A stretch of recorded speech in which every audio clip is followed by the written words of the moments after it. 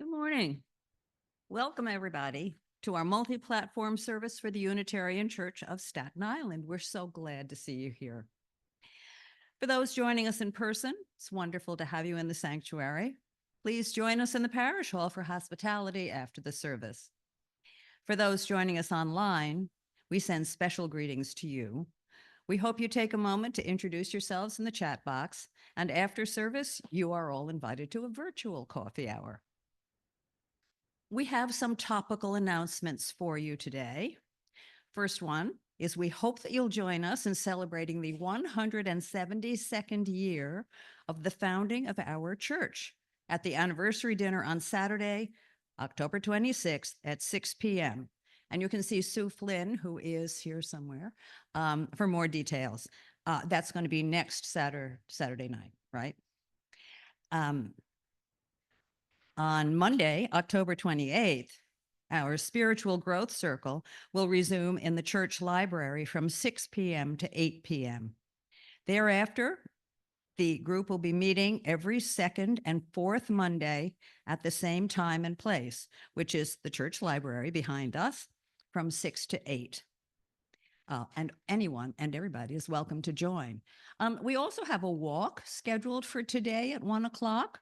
So if you meet, I think, in front of the church or after hospitality, the walk will proceed from here up to Snug Harbor and meander its way through the grounds, the beautiful grounds at Snug Harbor. So again, anybody who is interested in taking a walk on a beautiful day like today, please feel free to join. I think Bonnie is going to lead that group. Okay, one last thing, plug for our social media. So please support our social media outreach. We'd like it if you could like and share our weekly posts on Facebook and Instagram. And remember that all of our services are posted on our YouTube channel. And there's a link to that in the weekly service announcement that I send around. So, you know, if you get that in your email telling you what this week's service is going to be, there's a little link to the YouTube channel, bottom of that announcement. For those joining us in person, we gently remind you to please silence your mobile devices at this time. And now, let us prepare for this morning's service.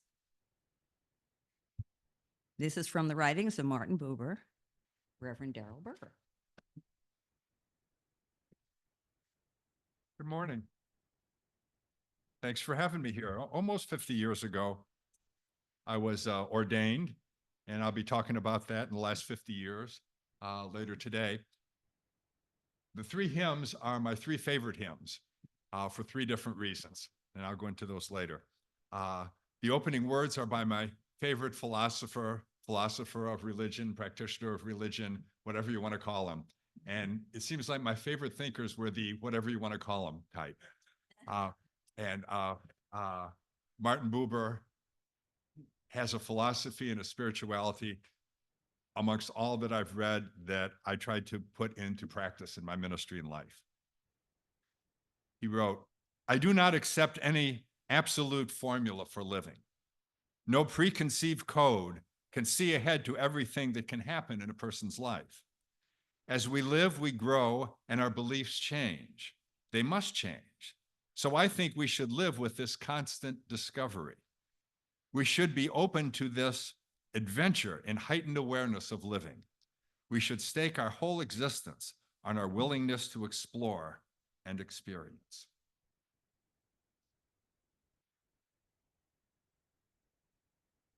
I invite you to join me in lighting our chalice. You can find the affirmation in your order of service.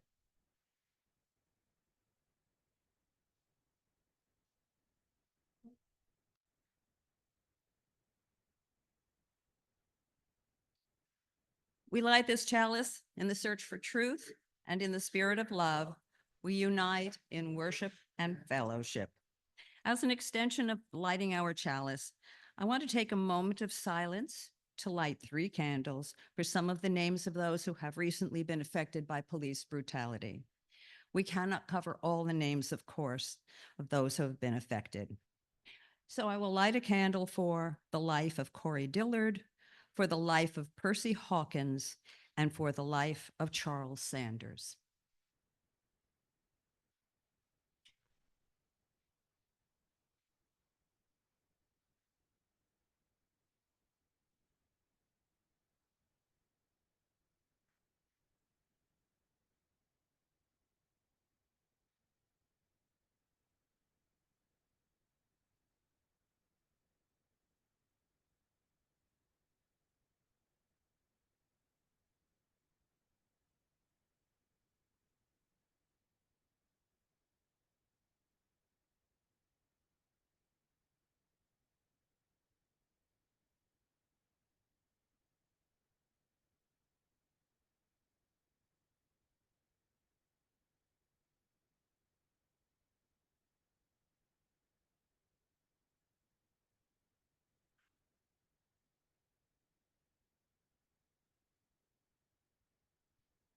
May these lights be a symbol of our commitment to continue the work of racial justice and to proclaim that Black lives matter.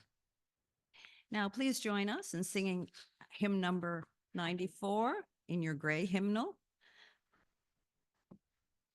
The hymn is "What is This Life?" Hymn 94 in your gray hymnal. And please stand as you are able.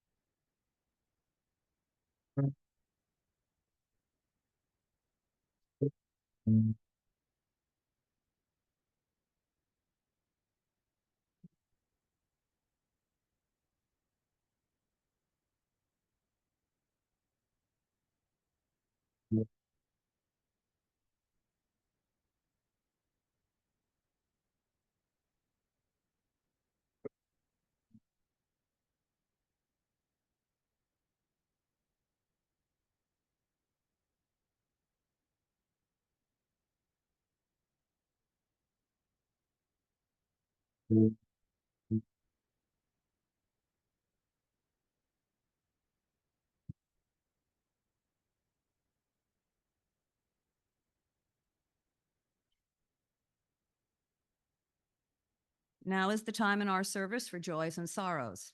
If you're visiting us for the first time, this is the time when you can stand and introduce yourself. For those who are gathering in person, we invite you to raise your hand and then stand where you are seated. I'll give you the microphone to share your joy or sorrow. We invite you to share what is in your heart.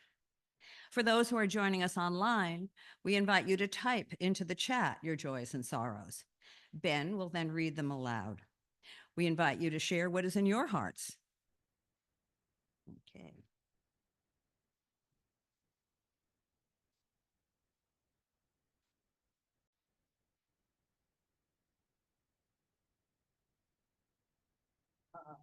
Wait, we've got meditation.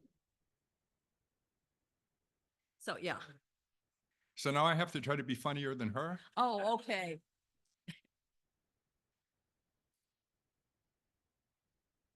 When I was a student studying for the UU ministry, there were 3 documents you had to read. One was the Divinity School address by Ralph Waldo Emerson, which is addressed to ministers and by ministers, and I'll spare you that. One of them is The Transient and Permanent in Christianity by Theodore Parker, which will be part of my closing words. And this reading is from William Ellery Channing's Unitarian Christianity that was delivered in a Boston church in 1819. And William Ellery Channing was one of the first ministers who declared himself Unitarian. And there was a big theological battle at the time in the Boston area between the Puritans and the progressives. And the progressives did not believe in the literal truth of the miracles in the New Testament. And so the conservatives kept calling them Unitarians because they said you didn't believe in the Trinity if you didn't believe in the miracles. You didn't believe that Jesus was purely Christ and purely part of God. So you weren't a Trinitarian, you were a Unitarian. And finally, William Ellery Channing said, guilty as charged, because in fact, they weren't burning Unitarians at the stake anymore. So it's a little bit safe, but there were still a lot of things that you couldn't do. And it was a very brave thing to do, especially for a minister of a church. And so he was affirming, yes, by golly, we're Unitarians. But it was on the occasion of an ordination of a young minister. And now here's a warning I would give to young ministers is don't get a big shot to do your ordination sermon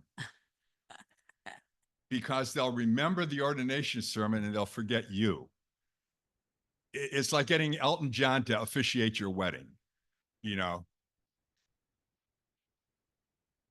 Channing wrote, may your life preach more loudly than your lips. Be to this people a pattern of all good works, and may your instructions derive authority from a well-grounded belief in your hearers, that you speak from the heart, that you preach from experience, that the truth which you dispense has wrought powerfully in your own heart, that God and Jesus and heaven are not merely words upon your lips, but most affecting realities to your mind, and springs of hope and consolation and strength in all your trials. Thus laboring, may you reap abundantly and have a testimony of your faithfulness, not only in your own conscience, but in the esteem, love, virtues, and improvements of your people. Time for the offertory. No, actually, we're going to meditate. Oh, So, see, I try to skip that all the time. okay. Well, we're going to do it today, though. We will now pause for meditation. I will offer a prompt to focus our meditation and then sound the singing bowl. At that point, I invite you to begin the meditation with 3 deep breaths.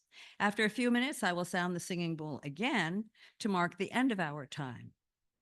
Today's meditation prompt is from the Buddha, and it is as follows. Do not dwell in the past.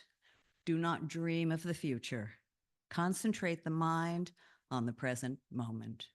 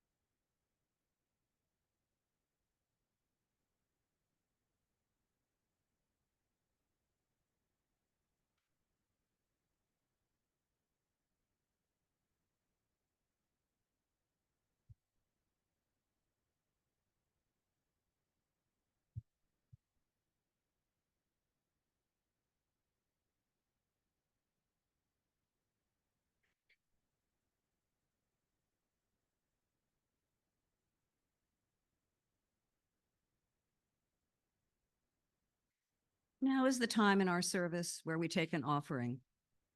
We know it is the gifts of all of you that help us support our ability to thrive and gather. For those attending in person, we will pass the collection plate. Please use the envelope you'll find in the pew and write your name to indicate if your offering is part of your pledge or is a donation. For those online, links and instructions will be posted in the chat. You can mail us a check or donate through the PayPal giving page on our website. Please give as generously as you can. Our offerings will be gratefully received. The offertory music with Kevin and Carolyn Clark, Lost in the Stars by Maxwell Anderson and Kurt Weill.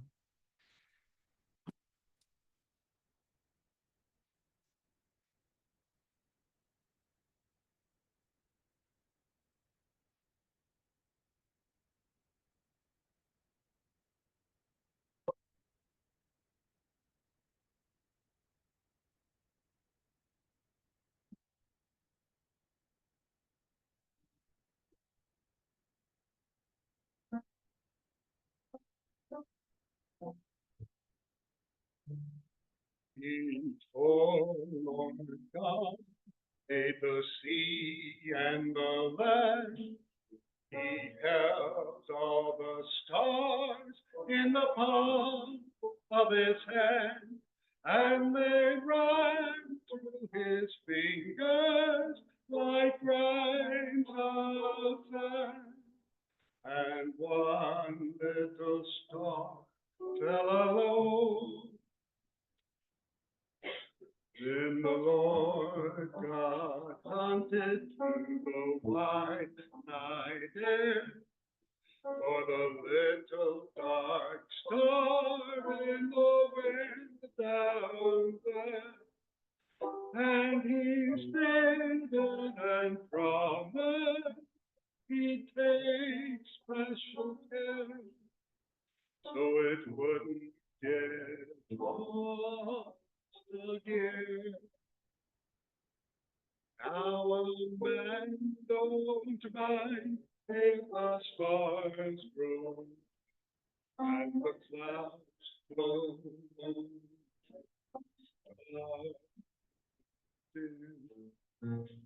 So long as the Lord God's watching over them, keeping track how it all goes. But I've been walking through the night and the day, till my eyes get weary and my head turns gray. And sometimes it seems maybe God's gone away, forgetting the promise that he made to say. And we're lost out here in those clouds, little stars, big stars, flowing through the night. And we're lost out here in those clouds, little stars, big stars, flowing through the night. And we're lost out here in those.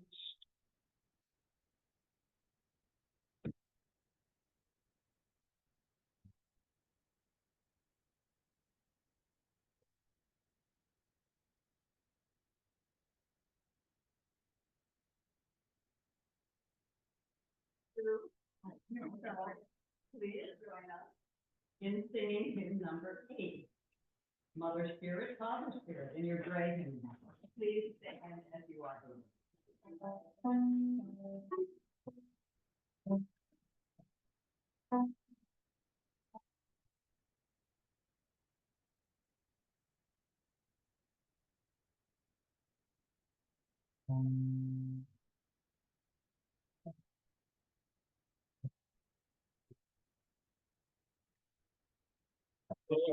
Spirit, Father, Spirit, prayer. You. In the skies, in the forest, and joy bright. What to give you, what to call you, what can I? Thank the author in the ocean deep, wide. So my mountains of the grateful spring and sky. What to give you, what to call you, to live I can be time place from me, what is time? Dreams eternal things in purple on fire. What to give you, what to call you, oh, dear God. Holy Spirit, take us. Take our breath and other voices singing our Lord.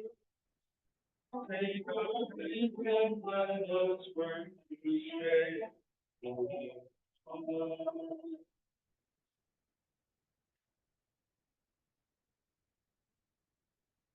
Before I start my sermon, I'd like to talk a little bit about the music I've chosen today. And in doing that, I'd like to begin by showing my appreciation for all the wonderful musicians I've had a chance to work with over the last 50 years, including these two primarily, who are awesome.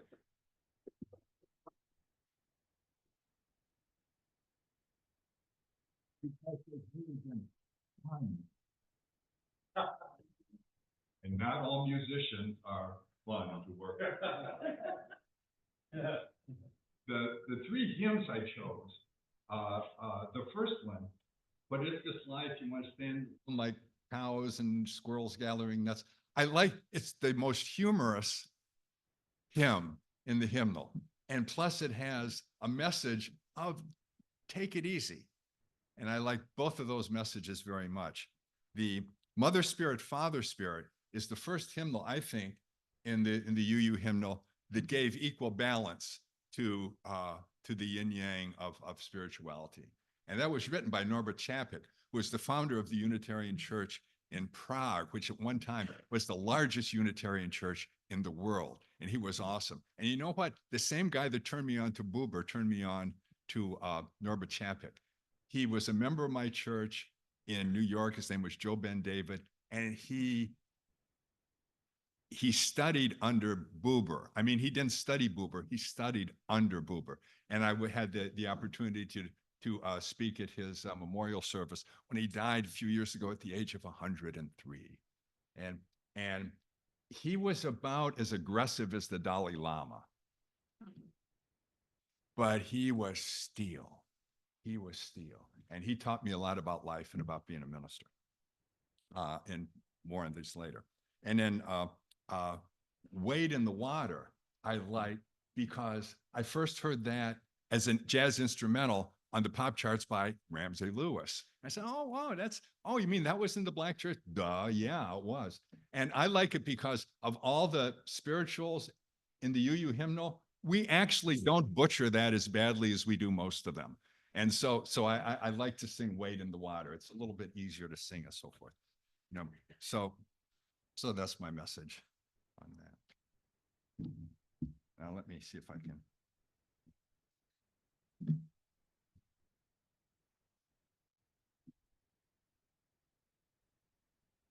Yes. For many years, I've told it, beginning Unitarian Universalist ministers not to tell everything they know in their first sermon because they might. And it's the same thing with your last sermon. Not that this is my last sermon, but it's a summation of 50 years. And to take 50 years and winnow it down to an hour and a half or so, which is,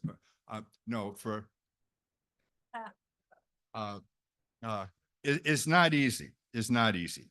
So but it was a very useful exercise to do and to think what is, out of all the things that happened, what are the most important, the most lasting, and the most meaningful to convey. I was ordained on November 10th, 1974, at the First Universalist Church of Sampson County at Red Hill, North Carolina. Founded in 1884 by Universalist circuit riders, sponsored by the Universalist Women's Alliance. In other words, after Reconstruction, before the Gilded Age, circuit riders came down to the South, and there would be a church that was a community church, and whatever minister was passing by, that's who they gave the sermon. And eventually a Universalist came, and they sort of liked him, and they continued with his with becoming a Universalist church, and they're still there right now. And on November 10th, I'm going to go down there and talk about this again, but specifically my first 4 years in the ministry that I spent down there. So there were two monumental events in 1974. I was ordained, and about 3 months before that, Nixon resigned.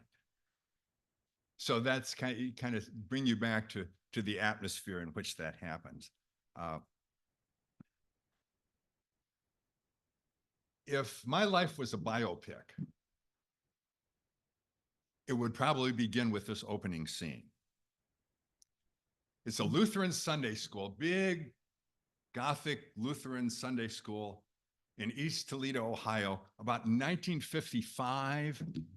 I'm in second grade.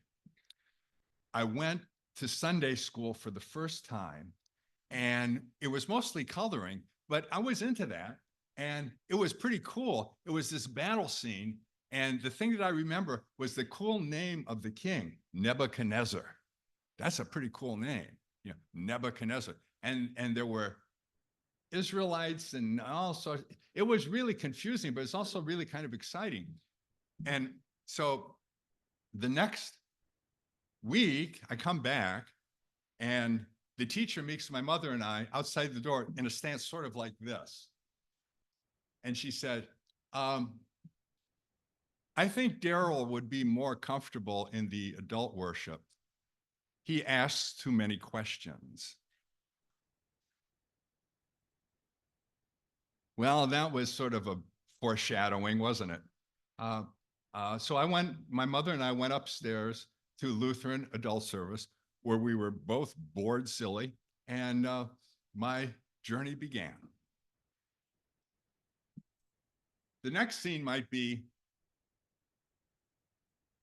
my junior year of high school or senior year, probably my senior year. And beginning a year or so before that, I was the kind of guy that there was a big coffee table book called The Wisdom of the West by Bertrand Russell, with Plato's dialogues fully illustrated. And this was appealing to me, which is one of many reasons I didn't have many dates in high school. But after I finished that, I picked up a book. I said, what else has Bertrand Russell done? I wasn't going into Mathematica Principia. I knew I wasn't going to go that way. But he had a book called Why I Am Not a Christian. And I started reading that. And I went, oh. And then there was a day in my advanced math class with Mr. Routson. And Mr. Routson, he was a good guy, and he's what used to be called, and I wish there were more people who fit this category, he was a good Christian gentleman. He was a good Christian. He was not by any stretch of the imagination a fundamentalist. But he lived his values, and they were useful values, and he had the courage to every once in a while, about every 6 weeks or so, he'd put away the math books, and he'd just talk about something. I remember we had one as, should boys wear long hair? That was a hot topic at the time. We had another one about girls wearing short skirts, and what was the definition of a short skirt. And so it was, it was good. And he was also the basketball coach, so he could get away with a little bit. He was about 6'7". But one time, and I don't know what the topic was, is he said something about God. And I just raised my head and said, Mr. Routson, I don't believe in God. And he said, well, you give me a half an hour sometime and I'll change your mind. I said, when do you want to do it? And to his credit, he said, when do you have a free period? And we got together. And within a couple of days, I went to his classroom in a free period. I had no idea what I was getting into. Much to my surprise, he gave me St. Augustine's 3 arguments for the existence of God. And much to his surprise, I gave him Bertrand Russell's 3 refutations of Augustine's 3 arguments on the existence of God. And he said, oh, okay, thanks for stopping by. And again, to his credit, he never held it against me. He thought it was just fine that we had this discussion. Again, he got nothing bad to say about that guy. Imagine to be able to do that and to take that risk and have that kind of a discussion and accept that kind of answer from a high school kid. And at our 50th high school reunion, he attended. And I said, Mr. Routson, you were a really good teacher. Now, about a day after that, because it's strange that that conversation went through both the faculty and the kids like wildfire. You know, oh, what did he do? What did he do? So we had a discussion. It was good. You know. But when I was in physics class, Mr. Wagner, the physics teacher, came up to me and he said, I heard about your discussion with Mr. Routson. I just want you to know that not all of us believe like he does. I'm a Unitarian. That's the first time I ever heard the word. And that's all he said. Now, if there's a lesson for you amongst us, if you find a person of any age or any circumstances that could be helped by knowing that you're a Unitarian, tell him. But you know, ask a follow-up question. Be ready to say just a little bit more about that. Because if he'd said just a little bit more about it, it might have shortened my journey by about 10 years, you know? Well, anyhow, a couple years before that, sophomore English class, my sophomore English class teacher was a guy named Jay Johns. And he was an odd duck because this was northern Ohio, outside of Toledo. And he was from Nashville, Tennessee. And he talked with a refined Southern accent. And he wore bow ties and tweeds. And he was really smart. And you had to work to get an A in his English class. And he was the tennis coach. So he was widely despised by everybody but me. And he often bragged about where he went to school. Now, most of my teachers were completely competent. Some of them were excellent. They almost all went to Ohio State, University of Toledo, or Bowling Green State. And he went to Vanderbilt. And he said he really liked that. And I said, geez, that's where he learned all that stuff. A few years later, I went down to Vanderbilt.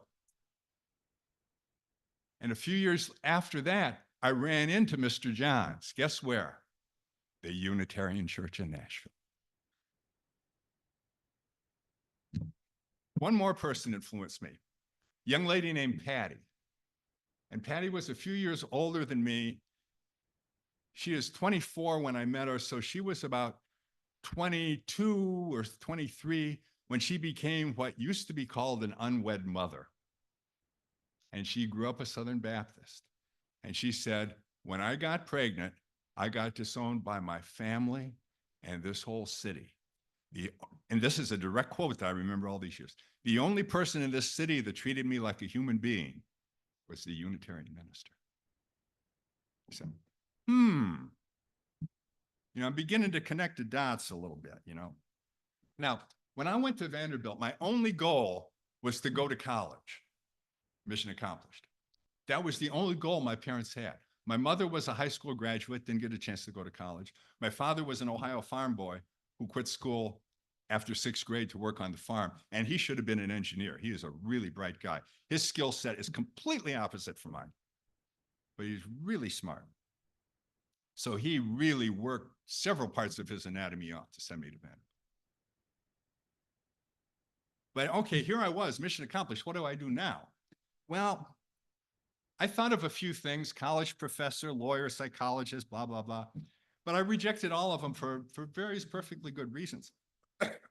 I became a philosophy major. Why? Because I was behind in every subject except philosophy, thanks to Bertrand Russell. So I did pretty good in philosophy. And then at the end of my freshman year, I heard Martin Luther King Jr. speak. And I'd always known that I had some facility and enjoyed speaking in public.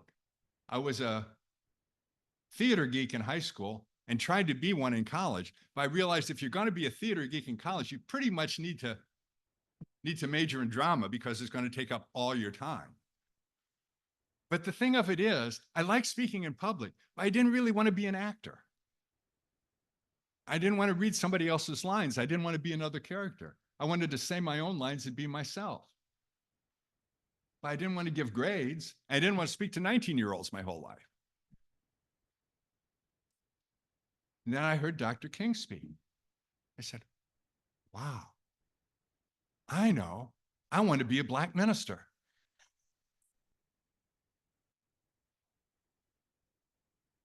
But there were a couple of impediments there. I wasn't Black. I didn't believe in God. Other than that, I was all set. I had all the tools. But I finally put 2 and 2 together. And I went to see the Unitarian minister in Nashville and said, what do you think? And he said, eh. But I took his encouragement. And I did go to the church a few times as an undergraduate, never on Sunday, because they had anti-war planning meetings at the Unitarian Church for the marches. So that's how I went. And so I applied to divinity school and I got in. But in order to get a draft deferment, you had to be admitted to a divinity school and you had to be sponsored by a denomination. And at this time, I had attended 0 worship services in a Unitarian church. I'd spoken to one Unitarian minister once, and I applied for their ministry. And I was accepted. And I was feeling pretty good. I said, wow, my credentials must be better than I thought, you know? And then 20 years later, easily 20 years later, I discovered because Unitarians, Universalists were who they were, they accepted everybody who applied.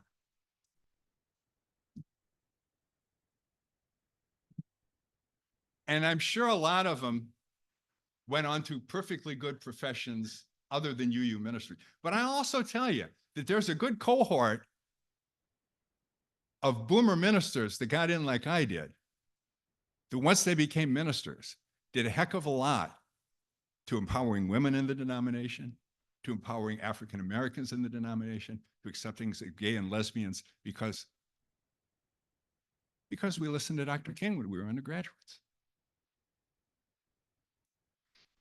I'd like to thank a few other people that helped me along more than just a little bit.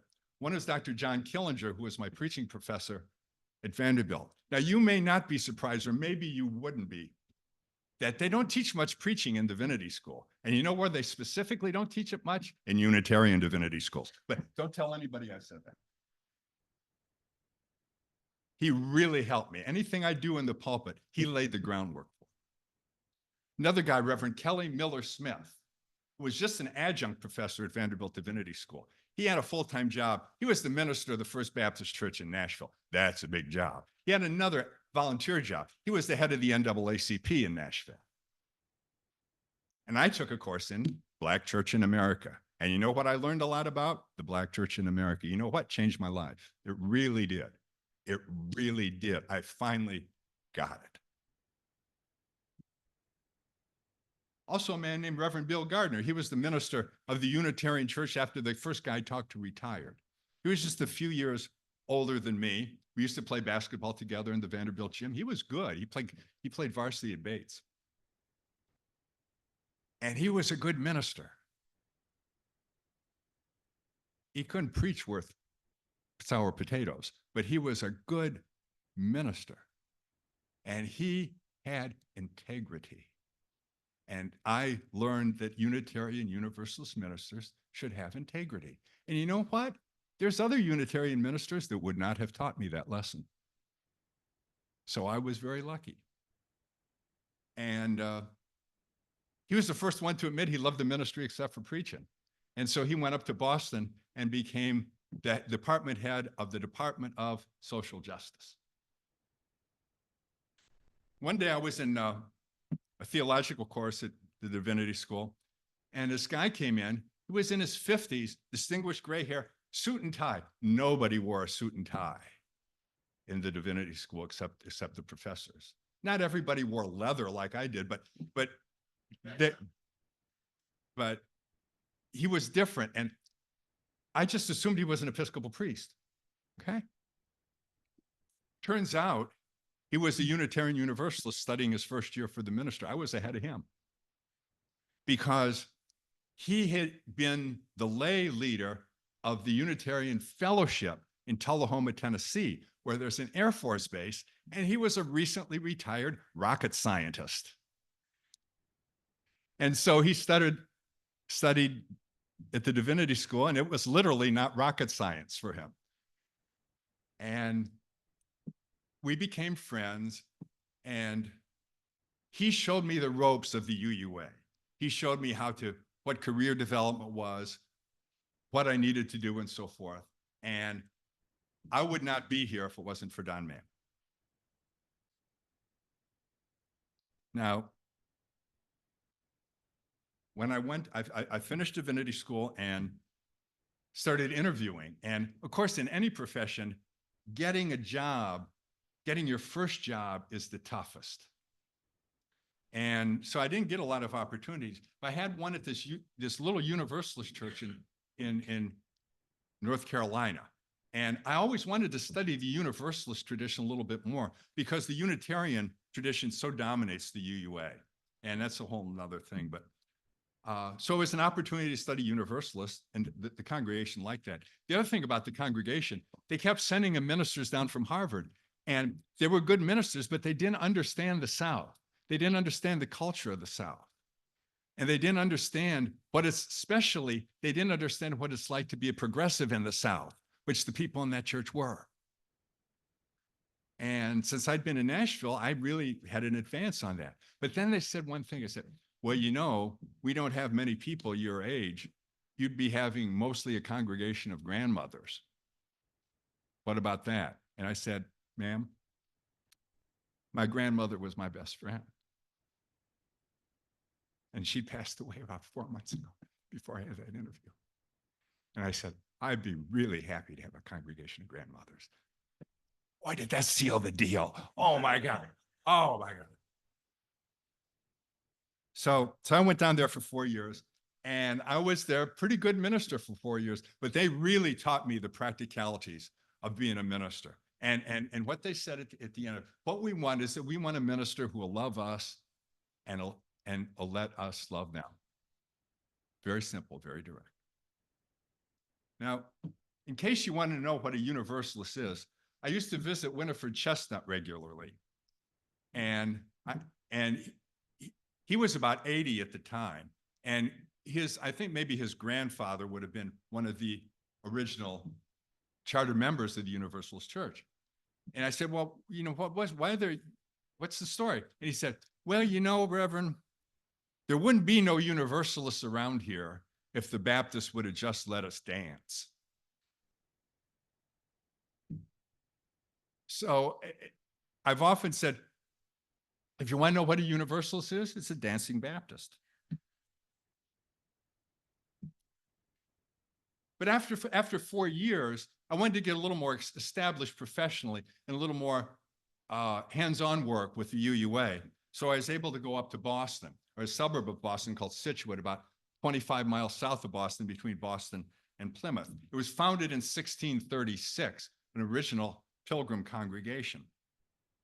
And when I was there, I might have mentioned this before, it was church building was about 125 years old. And at one point it was starting to tilt because the sill was rotted, you know? And so we brought in a crane, a huge, gigantic crane. It lifted one side of the church up 2 inches. They moved that sill out, put in a new one. So I say, I know exactly how much effort it takes to move a New England Unitarian church 2 inches. But they did some good stuff down there. I was there from 78 to 89 when we started figuring out what this thing AIDS was. And Scituate is mostly an Irish Catholic suburb. It's right on the ocean. It used to be called the Irish Riviera because those were the people who couldn't afford to go down to the Cape. They'd get that far and that's where they go, and that was the Irish. But we developed an AIDS ministry in that little church by having a series of programs for the community about what the heck AIDS was back when nobody knows. And it was sort of the first age of misinformation about it. So that was a very valuable thing. It's also where I learned about historic preservation. It was also the first time I started ministering to my generation. I was in my 30s then. And so a lot of young people came with their kids and so forth. And I really enjoyed that. And I particularly want to thank one man, David Allen. Now, David Allen was a member of the church and he had a background in radio. Now, when I knew him, he was mostly working together, putting together sound studios for recordings and radio stations. And he was the first guy I know who had an answering device on his telephone. So he was really techno advanced. And after I'd preached there about a month, he came up to me. And also, you may be surprised to know, the first 4 or 5 years, I spoke from a manuscript. I wrote every word out, no ad libs at all. And I was theatrical enough that it didn't sound like I was reading. It went over pretty good. And I thought it was good. He said, look, yeah, you're pretty good at what you do. But if you got away from that script and started talking more conversationally, you'd be better than just good. And then before I had a chance to say, and if you hate it, what you do, or the congregation hates it, he said, say Dave Allen suggested it, blame it on me. Very, so I did it one time, boom. Never used the manuscript again. So I thank him a lot for that. It's also the place where baseball writing and broadcasting became an avocation for me, because the real religion in Boston is the Red Sox, and then there's a variety of denominations that do other things. And then from 89 to 99, I went to the Fourth Universalist Society in New York because, frankly, the Boston area became a little stifling. That I liked a lot of things about that, but the idea about Boston Unitarianism is they believe in the fatherhood of God, the brotherhood of man, and the neighborhood of Boston. And the whole Boston area is really, it's parochial, folks. Don't let it leave the room here. But it's not really that liberal socially, for as liberal as it is in some areas politically. My grandchildren would be outsiders if I'd stayed in the Boston area. Whereas in New York City, if you can make it here, you can make it anywhere. If you can survive in New York City for 6 months, you're a New Yorker. Everybody here knows that. And it was my longtime dream, going back to watching the Dick Van Dyke Show on television from rural Ohio. And I never sought the biggest church with the biggest salary. I chose what I thought was the best experience for my development and the church that I could help most. And boy, I got some troubled churches. Fourth U was a mess, and it had been historically a mess, and it's a less of a mess now.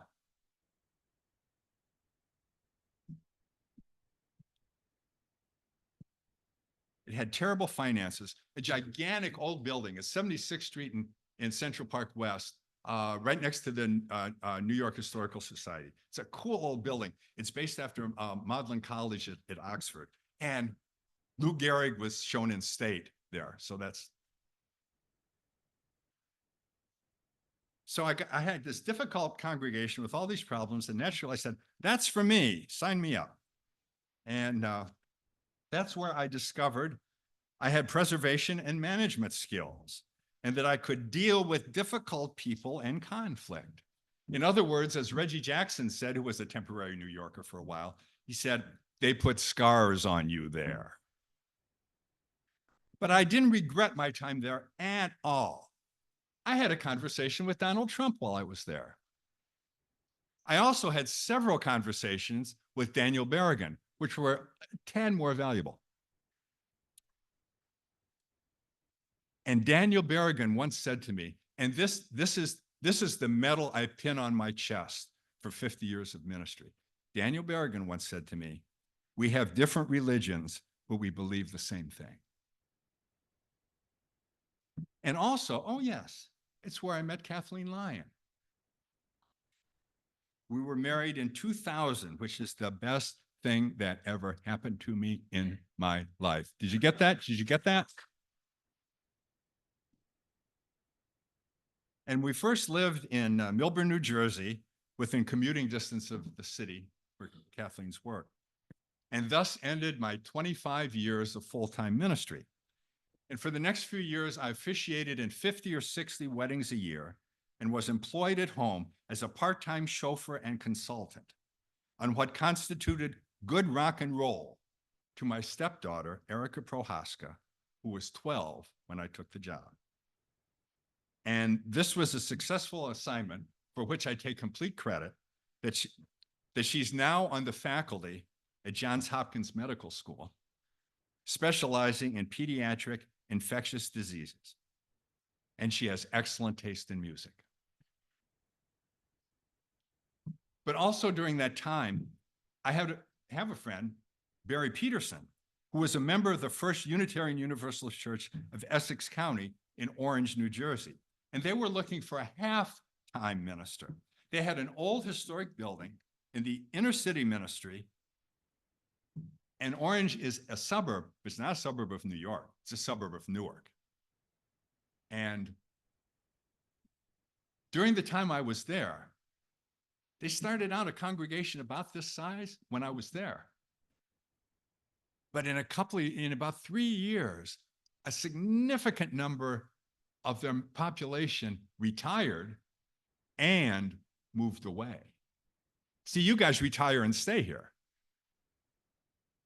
No, they moved away. And it was really getting small. And there's 3 really thriving UU churches within a 10-mile radius of the church. We're like Walgreens, we got to close some stores here. And they were not going to survive as is. And we started talking about it. And that's when they realized there's more than one way for a Unitarian Universalist congregation to fulfill its mission. And I'm going to say something I've been saying to you guys for a while now. Sunday morning focus on your community is not going to make it for very long. You're going to find some other ways to, and you're doing it. You do it. Look, the landmarking stuff, and I won't get into that because that's your ministry and you should do it. But what they did in Orange was they still have a Unitarian Universalist congregation that meets once a month on Sunday, and it's grown. It's gone from like 12 to maybe 50. Not bad, not insignificant. But the focus is something called the Hub, H-U-U-B. And it's a community center, a social justice community center. And they have, one of their main things is a Haitian community center where they do Creole English as a second language. They do citizen training. They do all sorts of stuff. They got a thing called University of Orange. Does all sorts of classes for the community of all ages. They're really thriving. And they got grants from stuff because of the stuff they're doing. Their church is in better shape now than it's been in 50 years, the physical building. And I'd say the same about the congregation. So good for them. And then I came here. And you know what? You got me at my peak. Why are you laughing about that? That is, I had so much experience. I knew where the potholes were and how not to step in them. I had zero tolerance for, well, the things a minister shouldn't tolerate. And I was blessed with a congregation that got me and found me useful. What a blessing, because you know who you are. And believe me, not many congregations do. My bottom line is, thank you for the opportunity of ending my active ministry in such a supportive, enjoyable, and useful way. I don't know what the future will bring for myself, the UUA, or any of its congregations, or indeed for our nation or the world. I do feel I have lived up to one of my favorite quotations, which I discovered over 50 years ago. And I understand it better with each passing year. It's from Rabbi Trafa and dates from the time of Christ over 2,000 years ago and is part of the Talmud. If you are not commended to finish the task, but you are commended to carry it on. Thanks.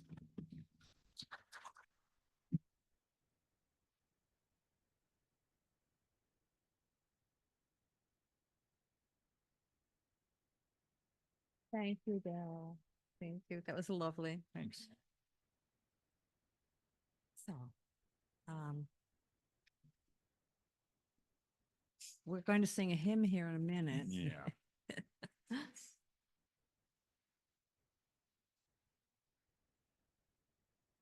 Okay. We're ready to go. Okay. So please join us in singing hymn 210. Wade in the water. And what we negotiated is that we will repeat the first 3 lines of the hymn and then go on to the verse.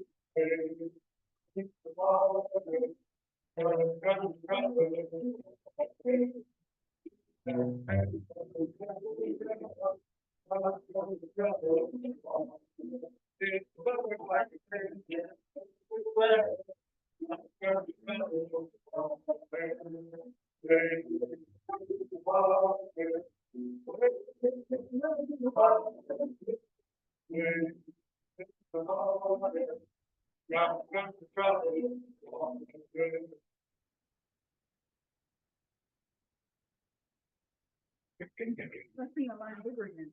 Condemnation and extinguishing our chalice. You can find the affirmation in our order of service. We extinguish this flame, the gospel of the truth, for the community, for the fire of commitment. With these we carry in our hearts until we are together again.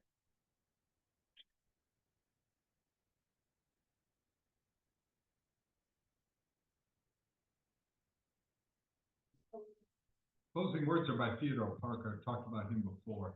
He invented this phrase, of the people, by the people, and for the people. You might have heard it. He's also the first one that said the arc of history bends slowly toward justice. He also was one of the secret financiers of John Brown, but that's another story. And he wrote that when somebody had the nerve and the courage to invite this radical transcendentalist abolitionist to speak at his ordination service. And he wrote, "I encourage you to tell the truth. Your affection will then be precious, your prayers of greater price. Every evidence of your sympathy will go to baptize the minister anew to holiness and truth. You, the congregation, will then have the minister's best words, brightest thoughts, and most hearty prayers. The minister may grow old in your service, blessing and blessed. That person will have the sweetest and best of consolation, the thought that he has given to serve the cause of heaven, the freshness of his early inspiration." Thanks.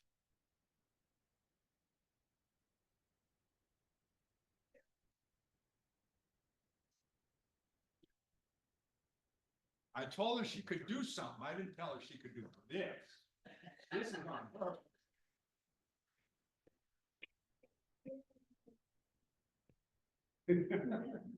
I was gonna face her. Carolyn wrote this. Carol, come down here. No, no, no.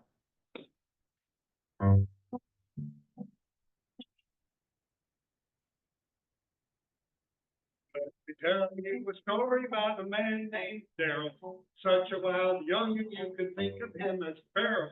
He went to school to see what aptitude might be.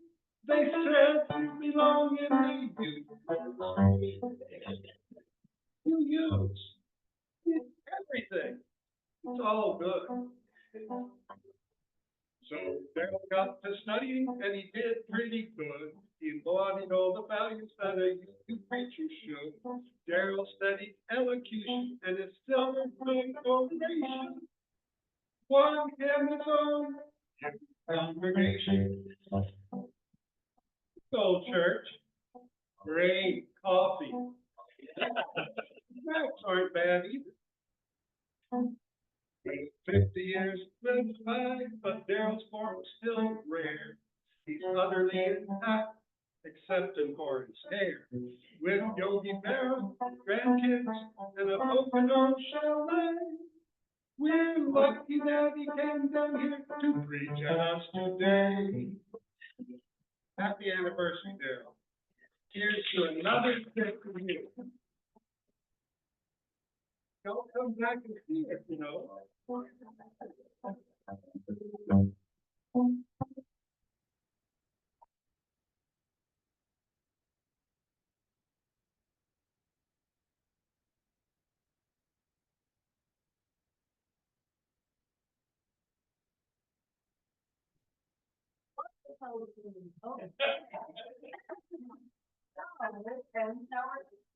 Please join us in the power of hospitality.